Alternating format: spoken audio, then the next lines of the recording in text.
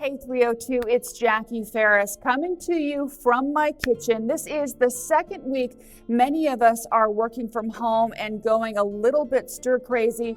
So again, we're going to put our regularly scheduled program or topic on the back burner to bring you special COVID-19 coverage. What we're going to do this week is show you exactly how you can help your community save a life, save a business, and save someone from going hungry. Grab a pen and a paper. The 302 special edition on COVID-19 and community resources is headed your way.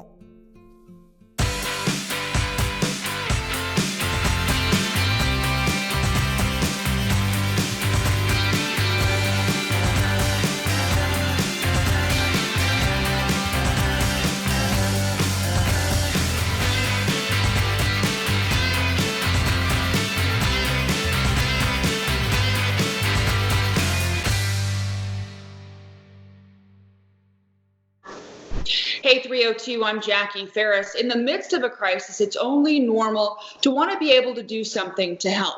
So for the next half hour, we're going to talk about what's happening in Delaware and how you can make a difference. I'm joined now by Cindy Gamble. She's with the Ministry of Caring. Cindy is the Director of Planned Giving and Donor Relations. Cindy, thank you so much for joining us. Thank you, Jackie, for this opportunity to talk about the ministry. Now, first of all, let's do that. Let's talk about exactly what the Ministry of Caring does for maybe someone who's not familiar.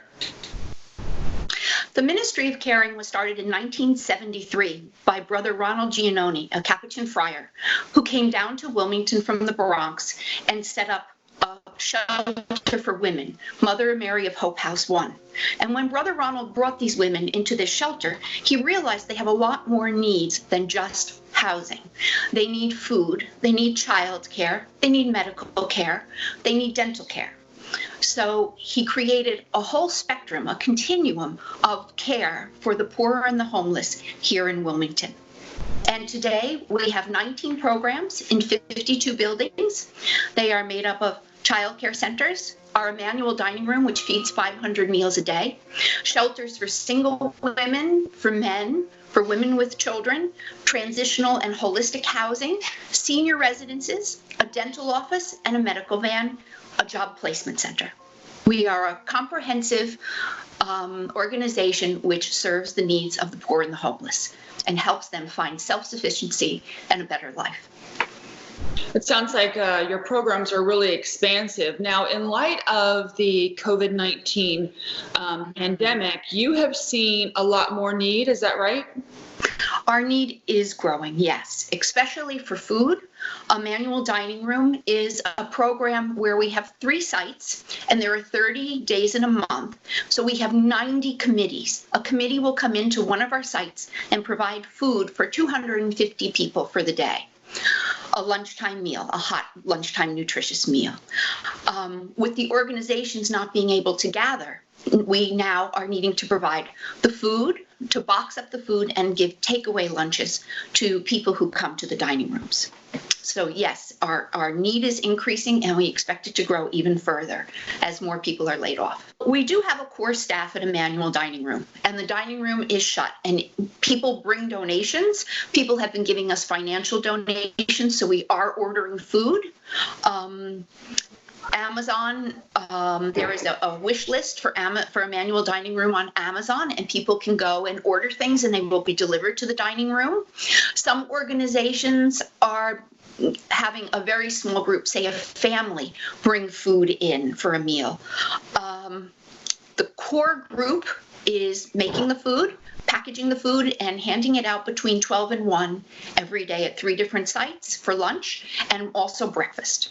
Mm-hmm. So how do you do that exactly? I know a lot of people are going to say, okay, well, if I wanted to help, like drop off some food, is there a protocol? How do they do that? Do you practice social distancing, and how do you accomplish that when people are volunteering and dropping food off? Okay, we're really looking at virtual volunteering, if at all possible.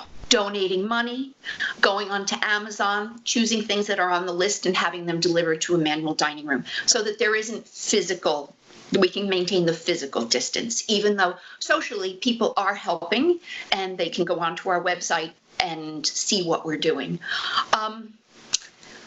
If people want to bring food itself to the dining room between 9 a.m. and 2 p.m. at 121 North Jackson Street in Wilmington, someone will come to the door and accept your donations. What about if someone sees this and says, look, I've got hardly anything in my pantry. I really could use a resource like this. I mean, is there a way that they could qualify, or how does that work? A manual dining room with our mission to feed the poor and the homeless, we serve anyone who comes to the dining room with no questions asked.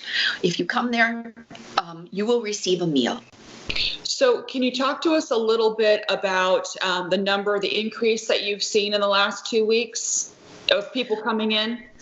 We've seen an 8.7% increase over the last 2 weeks, but we are expecting the need to grow as people are laid off. So for folks that are watching this and they're like, okay, I want to help, I'm going to go on Amazon, what kinds of things are on this virtual wish list, and how do we go about this process? When you go on to Amazon, it kind of works like the bridal registry. You can Google a manual dining room and the list will come up. It includes canned tuna, canned chicken, large cans of vegetables, individually wrapped snacks, individually wrapped desserts, bottles of water. All those things, people can go on and buy them, and they will be delivered to a manual dining room. Can you give us your website in case people want to donate cash? Yes, certainly. It is the ministryofcaring.org. And all of this information is on our website. Some of the things we're asking is if someone would like to provide 10 breakfasts, that's $27 at $2.70 a breakfast, and $47.50 for 10 lunches. So if you feel you might be able to afford to provide 10 people with breakfast, we would greatly appreciate your donation.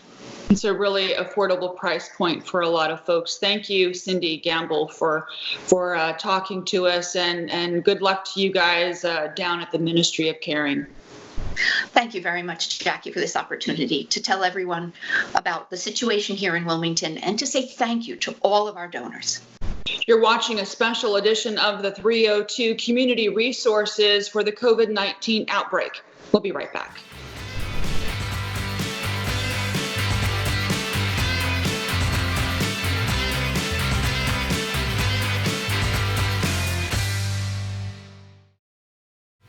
I'm Bruce Lambrecht, and I'm president of the Delaware Aviation Hall of Fame, and I love to fly with the 302. Welcome back. We're talking about the resources you can use to help people in your community dealing with the COVID-19 crisis. I'm joined now by Tony Prado. He is the communications specialist for Delmarva Blood Banks. Tony, thank you very much for joining us. Oh, it's my pleasure to be here. So at a time like this, unfortunately, the last thing many people are thinking about is donating blood. Talk to me about where you are and what this means for you. Well, of course, as you know, Jackie, the big news this week was we all have to shelter in place, but there's some important exceptions to that. We can all go to the grocery store, right? We can go to the drugstore to get our prescriptions. And another exception to that is that you can go out and donate blood. And that's important for everyone to know. So even though we're all going through this phenomenon known as coronavirus, COVID-19, and it's kind of surreal, I know it is for me, we still have to remember to give blood. It's something that cannot be manufactured outside the human body. We can only get it from the generosity of donors. And in addition to being generous, we're asking people to be courageous, to be brave, and to come out. And I promise you it'll be very safe. And we could talk a little bit about that more in a little bit. So let's talk about that. We're being told, at least in Delaware, to stay home and not to leave. And if we do come in contact with people, to maintain a safe distance. How are you protecting donors, and how are you protecting your healthcare workers?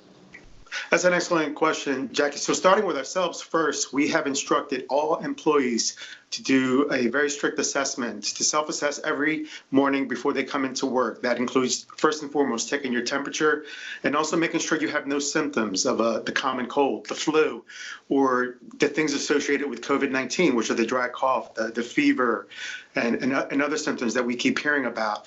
So everybody coming through our doors at the Blood Bank of Delmarva is going to be very healthy, first and foremost. Same thing with our donors. Whenever we schedule anyone, we do a pre-screening, whether it's one of our donor schedulers in the call center.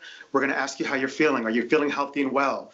Make sure you have none of those symptoms we talked about. And once they come in, then another line of defense will be one of our phlebotomists is now stationed at the front door, taking people's temperatures as soon as they walk in. This is unprecedented, but we live in unprecedented times, right? Mm-hmm. And that's going to be another safe measure that we're taking. We're also cleaning everything. It's crazy. Like every day at the end of the shift, the phlebotomist and the maintenance staff will clean everything down. The donor chairs, the floors, every surface that you touch, you name it. Now maintenance is cleaning things continuously. I mean, throughout the day, they're cleaning doorknobs, light switches. So if you go to the bathroom, there's a door handle, there's a light switch. They're cleaning everything. Between every donor, as soon as they exit the donor chair, the phlebotomists are wiping that down with industrial strength sanitizing wipes, disinfecting wipes. And these are things that we have to do, as part of this pandemic that we're in. Usually we welcome walk-ins. When you're in the business of collecting blood, you usually welcome walk-ins. Now, however, as of yesterday, we said stop coming in as a walk-in. You have to have an appointment in order to come in. The reason why we're doing that is we figured out a way to redirect staff from mobile blood drives into our donor centers, which is where we're only collecting blood. And we need to make sure that we have social distancing to the greatest extent possible by spacing out people's appointments. And so if you're waiting momentarily, which is often the case, to be screened by one of our phlebotomists, we don't want you sitting on top of each other in the waiting room. We want you to be 6 feet apart. And it never hurts to remind our donors, make sure you're feeling healthy and well before you come in, because if you have any symptoms, if you've tested positive for COVID-19, you're actually going to want to be healed and symptom-free for 28 days before you can come into a donor center. Yeah, I was going to ask you about that. A lot of people, maybe they worry a little bit about, are you screening for COVID-19? I know that you ask a lot of questions whenever they come in about diseases and viruses that someone may or may not have or have in the past. So how does that all factor in terms of the blood supply? So we're not actually screening for COVID-19 per se, unless you're counting all the other things we're doing to make sure that people are feeling healthy and well and make sure they're symptom-free. This is a brand new thing, so there's no test for COVID-19, for instance, when you're donating blood. However, let me add that there's no data that suggests you can catch COVID-19 from donating blood. Donating blood is a very safe process. There's a brand new needle and blood bag used that's taken right out of the package, usually in front of the donor, for every donation. So this is new, but do you remember when the Zika phenomenon broke out? That was actually a test that we incorporated in our laboratories as part of the number of infectious diseases that we do test for. And this being new, who knows what the future holds? For those who are curious, this is brand new. I mean, we don't have a test for our blood donors, except for screening out all those people that may or may not have symptoms. So if someone's at home and they want to contact, the blood bank to talk about donation, what number should they call, or is there a website? Yeah, they can call 1-888-8-BLOOD-8. I know that's a lot of eights, but it makes it easier to remember. 1-888-8-BLOOD-8, or you can visit delmarvablood.org. And whether you go online or talk to one of our donor schedulers in the call center, we can figure out a good time for you to come in. And if you call today and you find that we're busy today or the rest of the week, I urge you to make an appointment for 2 weeks from now, 3 weeks from now, whatever the case may be, because trust me, in this business, we're going to need you now, we're going to need you later. If you're wondering what you can do to help during this crisis that we're in, I mean, it's unprecedented. Donating blood is a great way to do it. All right, Tony Prado, thank you so much for joining us. And of course, we will put the information on where you can donate a little bit later in the show. We'll be right back.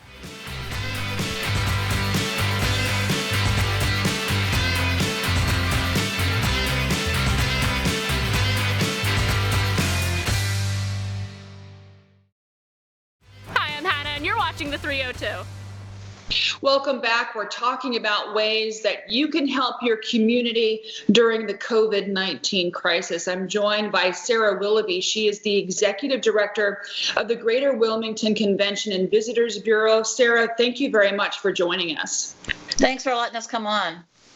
Right now, restaurants are really having a tough time. Many of them have closed. The ones that are open are only offering curbside pickup or takeaway. So what can we do to help these folks? I would say it's get out and go visit, look up the menus, look that some of them are even doing specials and offering discounts. This is the time we've all been there, whether it's for a birthday party or a reunion or just a gathering in these places. It's now time to come and help support them in this difficult time. Now, is there a way that people can find out who's open and who's not open? You can definitely follow us on social media at the Wilmington Convention and Visitors Bureau, and you also can check out our website at visitwilmingtond.com. I'll throw out other shout outs. I know Delaware Today has information out there. Also, the News Journal has information. Patty Tallarico did a great segment. I know the Delaware Restaurant Association has some. This is literally the community all coming together, all associations, all industries to help our restaurants. Now, what kinds of things are you hearing from the restaurants now? I mean, are some of them concerned that they may not be able to sustain if this goes much longer, or are they just going to hang in there? I would say it's a day to day, and in some cases it's probably even hour to hour. There's some that are being very creative, offering different types of, getting into, like it was cheesesteak day, doing things like that. Robbie Jester out there, local barbecue and all of that group, doing videos, viral videos, and trying to just get you to come out and get some takeout and go back home and have date night. So there's a lot of, they're getting creative, but I think the bottom line is we're going to see many of them close. They're not going to be able to contain what they're doing and just continue it. I mean, I know just from us, probably even you as well, I'm sitting here with you with no makeup on. I have showered, but it's just like, it's not the norm. It's just trying to, get through this mental exhaustion of what we're all going through. I mean, the whole industry in tourism is being just killed by this. You've got the hotel industry, just seeing various articles of various ones of those, they're having to shut down temporarily. And occupancy, people aren't traveling. There are some, because we have to get our supplies. So the trucking industry is helping out while they're going up and down 95. There's other segments, but overall, I mean, everybody, the attractions are all closed. It's just tough. Really hard for everybody to get through this. Like we've all said, we've heard it said, we've never seen anything like this before. 9/11 was bad. Other segments of the AIG impact on the tourism industry were hard, but this, we had an end date. We have no end date. And it's just constantly like, we've got to get over it. So I guess, as far as events, you mentioned that a lot of the places are closed, but we have City Restaurant Week coming up. Have we heard anything about that? Are we waiting to see how long this goes, or? I would say at this point, it's, again, like I said earlier, it's a day-by-day process. I would have to think that everybody's looking at it hard, probably having to make some decisions and see how it does, if it does move forward. Mm-hmm. So whenever we're talking about supporting them, there's more that you can do besides just ordering takeout, right, from the restaurants. What else can we do? Correct. There, you can do gift cards. Now's a good time to purchase some gift cards. That helps put some income into their system. There's also, I can forward it to you. I don't have it in front of me, but I did see last night that that there is a foundation, I believe they're calling it, that's set up for the restaurant workers. The Delaware Restaurant Association is getting the message out, and you can contribute to this as for a charity for these workers that are all out of jobs. I know we went to Buckley's the other day, and we just were ordering stuff, just trying to get a good bill, and then the tip was even more than what we tip, definitely more than you typically tip, because that's got to get to the restaurants, got to get to the employees. I've heard some restaurants, they're pulling all those tips together and giving it to the unemployed.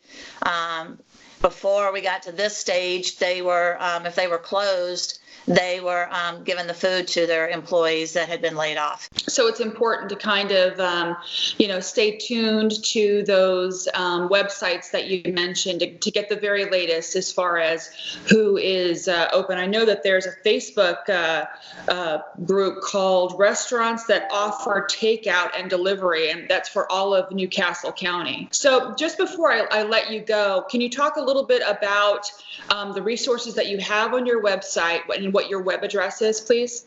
Yes, our website is visitwilmingtonde.com, and we are putting blogs up constantly, a lot of virtual tours from our attractions, also the restaurants and various components like that, just keeping it constantly updated so people can find out more information. And you can even contact us through our website if you have questions. We have an info@visitwilmingtonde.com. We're happy to field any questions that you may have. So I just want to say thank you very much, Sarah Willoughby with the Greater Wilmington Convention and Visitors Bureau. You're watching a special edition of the 302. We'll be right back.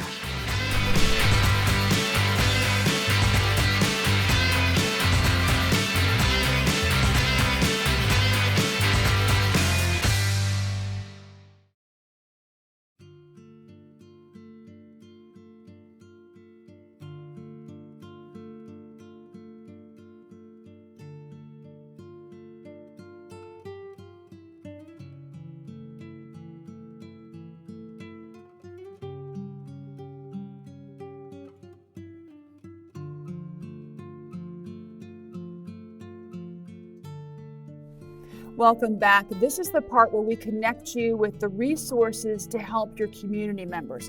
If you want to donate blood, you're going to have to make an appointment, and you can do that by going to delmarvablood.org, or you can call 888-8-BLOOD-8. Now that number translates into 888-825-6638. If you want to donate food or cash to help struggling community members, you can visit ministryofcaring.org, or you can call 302-652-5523. Now, to help restaurants and restaurant workers, you can go to delawarerestaurant.org/relief. You can check out Restaurants That Offer Takeout and Delivery on Facebook, or you can go to the Greater Wilmington Convention and Visitors Bureau at visitwilmingtonde.com. For daily updates on the coronavirus in Delaware, you can visit de.gov/coronavirus. There's an old saying, this too shall pass. And it's true, but we're stronger when we band together. And together, we'll get through this. Until next time, I'm Jackie Ferris. We'll see you in the 302.